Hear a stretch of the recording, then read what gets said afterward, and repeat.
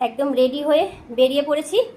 এখন 2:45 বাজে, অনেকটাই দেরি হয়ে গেল। ভেবেছিলাম যে 1:15 নাগাদ বেরোবো, তাহলে সুবিধা হবে আর কি, একটু তাড়াতাড়ি বেরিয়ে একটু তাড়াতাড়ি ফিরতেও হবে।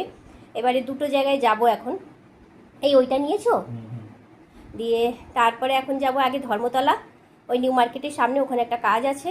ওই আগের দিন একটা কাজ করে দিয়েছিলাম, সেটা হয়েছে কি না আজকে সেটা জানবো আমরা।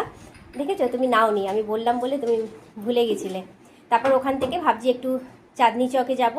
ওখানে আমার ওই আগের বারে যে ফোনটা মানে খারাপ হয়ে গেছিলো, সেটাকে ভাবছি ওই বলেছিল যে ওরা ঠিক করে দিতে পারবে। এবার দেখি ওটাকে ঠিক করে দেওয়া যায় নাকি, ওটা একটু ঠিক করলে আমার একটু সুবিধা হবে। সেই সুবিধাটা কি হবে তোমাদের পরে আমি সব জানাবো।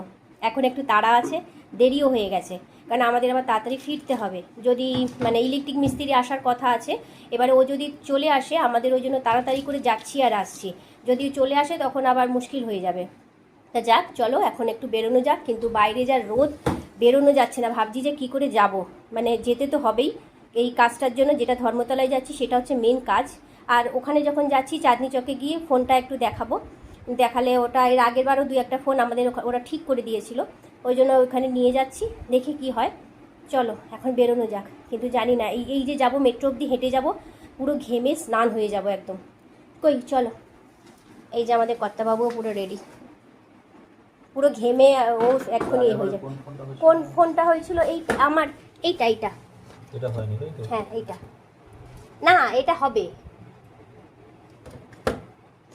এটা হবে,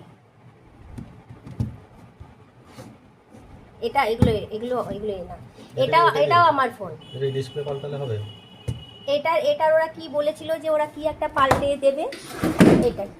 এটা নিতে হবে না, এটা রেখে দাও, এটা আর এটা রেখে দাও, এই দুটো